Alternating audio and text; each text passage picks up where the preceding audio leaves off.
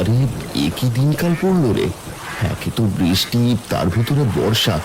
এ তো দেখছি মরার উপরে খাড়ার ঘা। হে বিধাতা, আমাদের মতো গরিবের সাথে কি মশকরা করছো? ওগো, আমাদের বাড়ির উঠোন তো পুরোটা বর্ষার জলে একেবারে ডুবে গেছে। এখন বাজারে যাবে কি করে? তুমি আছো বাজার নিয়ে? কাজ কাম কিভাবে করব সেটাও ভাববার মতো বিষয়। অত বিষয় টিষয় আমি বুঝি না বাপু। ঘরে কোনো বাজার নেই, জলদি করে বাজার করে নিয়ে এসো, নয়তো লঙ্কা দিয়ে ভাত খেতে হবে। আরে তুমি রাগ করো না গিন্নি, দেখতেই তো পাচ্ছ বর্ষার জল একেবারে ঘরের উঠোনে চলে এসেছে। এর ভিতরে বাজারে যাব কি করে? যেভাবে পারো সেভাবেই যাবে, অত কথা আমি শুনবো না। যদি লঙ্কা ভাত খেতে না চাও তাহলে জলদি করে একটা ব্যবস্থা করো। আচ্ছা ঠিক আছে, আমি একটা ব্যবস্থা করছি। তুমি বাজারের ব্যাগটা আমাকে দাও।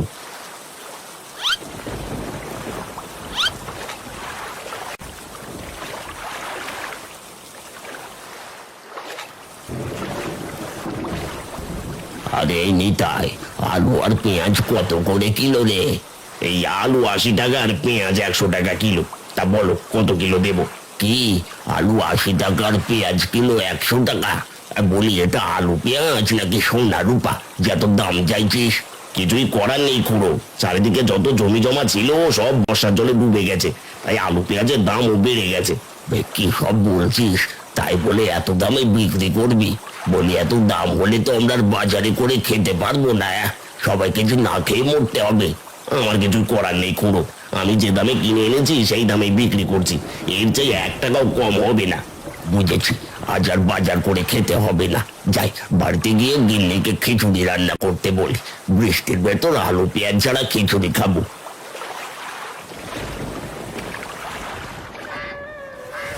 হায় হায় হায়, এ কি সর্বনাশ হয়ে গেল রে! বর্ষার জল যে আমার বাড়ির উঠোনে চলে এসেছে। এখন আমি কোথায় দুটো সবজি চাষ করব? সবজি চাষ করা ছাড়া যে আমার সংসার একেবারেই চলবে না। হায় হায় হায়, আমি যে একেবারে নিঃস্ব হয়ে গেলাম গো। হে বিধাতা, তুমি আমারে কি করলে গো? কেঁদো না বুড়িমা, দেখো একটা না একটা ব্যবস্থা হয়ে যাবে। কিভাবে হবে রে টুম্পা? আমার পুরো উঠোনটাই যে বর্ষার জলে একেবারে ডুবে গেছে, তার উপরে এক নাগারে বৃষ্টি যে নেমেই চলছে। এদিকে ঘরে চাল ছাড়া রান্না করার মতো কিচ্ছুটি নেই।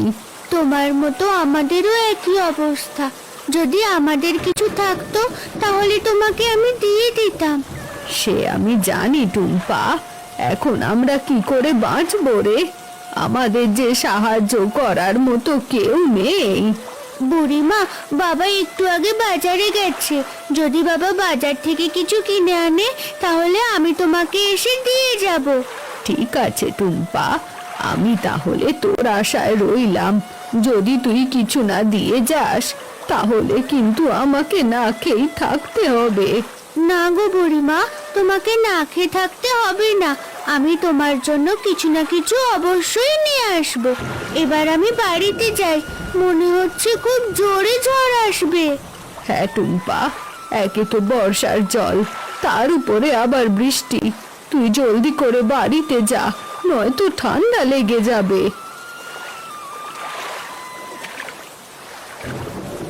এই সবজি নিয়ে যাও, সবজি বর্ষার দিনে একেবারে টাটকা টাটকা সবজি, জলদি করে এসে নিয়ে যাও, পরে ফুরিয়ে গেলে কিন্তু আর পাবি না। আরে ও নিতাই দা, আজ শাক কত করে আটি বিক্রি করছো গো? শাকের আটি 100 টাকা করে রতন। বলো বলো কয় আটি শাক দেবো? কি 10 টাকা?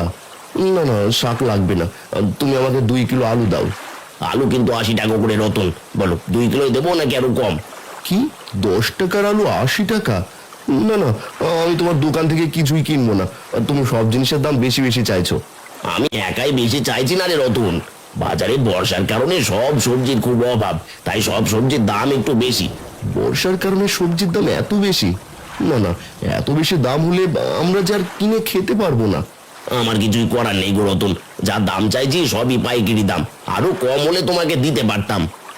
থাক নিতাই দা, আমি বরং বাড়িতে যাই, আজ আর বাজার করবো না। এত দাম দিয়ে বাজার করার চাইতে লঙ্কা দিয়ে ভাত খাওয়া ঢের ভালো।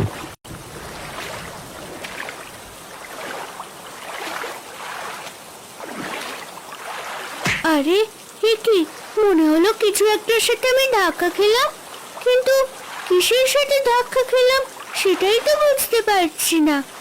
কে, কি কথা বলছো? দয়া করে আমাকে সাহায্য করো। আরে এ কি, এটা তো একটা বিশাল বড় বোয়াল মাছ। এই মাছটা দেখছি আবার মানুষের মতো কথাও বলতে পারে। হ্যাঁ, আমি কথা বলতে পারি, কিন্তু চোখে দেখতে পাই না। কি, তুমি কথা বলতে পারলেও চোখে দেখতে পাও না? এ আবার কেমন কথা বলছো? হ্যাঁ গো, বর্ষার জলে আমি নদী থেকে ভেসে এখানে চলে এসেছি, কিন্তু বৃষ্টি নামার কারণে সব জল একেবারে ঘোলা হয়ে গেছে, তাই আমি চোখে কিছুই দেখতে পাচ্ছি না। তুমি কি আমায় একটু সাহায্য করবে? হ্যাঁ, অবশ্যই সাহায্য করব, কিন্তু কি করতে হবে আমাকে? আমাকে আমাকে তুমি নদীর পরিষ্কার জলে ছেড়ে দিয়ে এসো। এই ঘোলা জল আমি হারিয়ে যেতে পারি, কারণ ঘোলা জলে আমি কিছুই দেখতে পাই না। তোমাকে নদীতে কিভাবে ছেড়ে দিয়ে আসবো? নদীর সব জল তো একেবারে ঘোলা হয়ে আছে, কারণ এখনো যে বৃষ্টি নেমেই চলছে। তুমি তাহলে আমাকে তোমার সাথে করে নিয়ে চলো। যখন বৃষ্টি থেমে যাবে আর নদীর জল পরিষ্কার হয়ে যাবে, তখন না হয় আমাকে নদীতে ছেড়ে দিও। এর বিনিময়ে আমিও তোমায় উপকার করব। হ্যাঁ, এটা তুমি বেশ বলেছো। ঠিক আছে, তুমি তাহলে আমার পিছু পিছু এসো। যখন বৃষ্টি থেমে যাবে তখন আমি তোমাকে নদীতে ছেড়ে দিয়ে আসবো।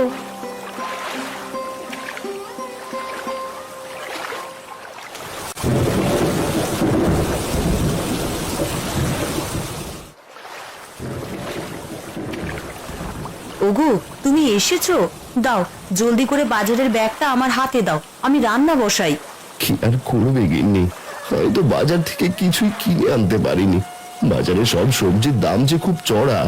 বলো কি, তাহলে আজ আমরা না খেয়ে থাকবো নাকি? সে আমি জানি না গিন্নি, আমি আমি যে তোমাদের জন্য কিছুই করতে পারছি না। ওগো, তুমি মোড়লের কাছ থেকে কিছু টাকা ধার করে নিয়ে এসো, নয়তো আমরা যেই বর্ষা বৃষ্টিতে না খেয়ে মরবো। ঠিক আছে গিন্নি, মোড়ল মশাইয়ের থেকে আমি চড়া সুদে টাকা ধার করে নিয়ে আসছি। তুমি বাড়িতেই থাকো, আর টুম্পাকে জলের ভেতরে কোথাও যেতে দিও না। এই বর্ষায় মেয়েটা অসুস্থ হয়ে পড়লে যে ডাক্তার দেখাতেও পারবো না। ঠিক আছে, তুমি যাও।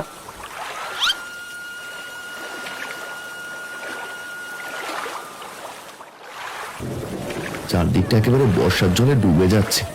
এভাবে চলতে থাকলে আমরা চাষবাস করবো কোথায়? চাষবাস না করলে যে সবাইকে নিয়ে পথে বসতে হবে।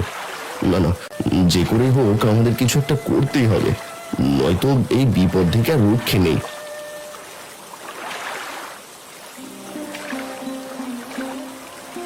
মা, ও মা, কোথায় তুমি? জলদি করে ঘরের বাইরে এসো। কি রে টুম্পা, কি হয়েছে? এত ডাকাডাকি করছিস কেন? মা, এই দেখো কত বড় একটা বোয়াল মাছ এনেছি। ও মা, এ তো বিশাল বড় বোয়াল মাছ। আরে এ কি, আরে বোয়ালটা তো পালিয়ে যাবে রে টুম্পা, জলদি করে ধর। আজ শুধু ভাত আর লঙ্কা ভর্তা করেছি, এসব ছেড়ে আজ বোয়াল মাছের ঝোল রান্না করব।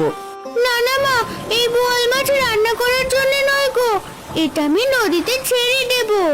সে কি কথা টুম্পা, এত বড় একটা বোয়াল মাছ ছেড়ে দিবি কেন? তাছাড়া ঘরেও তো রান্না করার মতন কিছুই নেই। এটা জেসে মাছ নয় গো, এটা হলো কথা বলা মাছ। এই মাছ তুমি রান্না করতে পারবে না, এটাকে আমি নদীতে ছেড়ে দিয়ে আসবো। আসলে এই মাছটা ঘোলা জলে চোখে দেখতে পায় না, তাই আমাদের বাড়িতে নিয়ে এসেছি। সে কি কথা টুম্পা, তাহলে তো মাছটাকে রান্না করতে পারবো না। আজ বুঝি শুধু ভাত আর লঙ্কা ভর্তাই বানাতে হবে।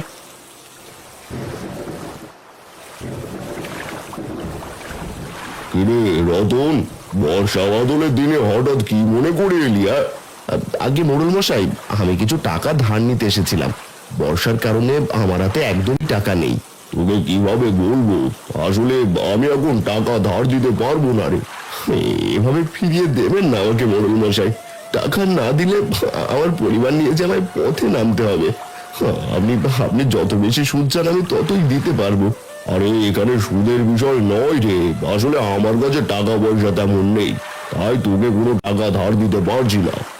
আমাকে এভাবে ফিরিয়ে দেবেন না মোড়ল মশাই।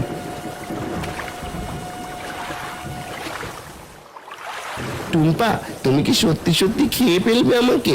আমার যে খুব ভয় করছে। না গো, তোমাকে আমি খাবো না। আসলে আমাদের ঘরে কিচ্ছুটি নেই, তাই মা ভেবেছিল আমি তোমাকে ধরে এনেছি, সেজন্যই রান্না করতে চেয়েছে। এই কথা, ঠিক আছে, আমি তাহলে তোমাদের কিছু জিনিস দিচ্ছি, তোমরা দয়া করে আমাকে খেও না। ঠিক আছে, তোমাকে আমরা খাবো না। এই নাও টুম্পা, এখানে অনেক রকমের শাকসবজি আছে, তোমাদের যতটুকু প্রয়োজন ততটুকু নিয়ে নাও, বিনিময়ে আমাকে খেও না। আরে এসব আমি কি দেখছি? এখানে তো অনেকগুলো সবজি।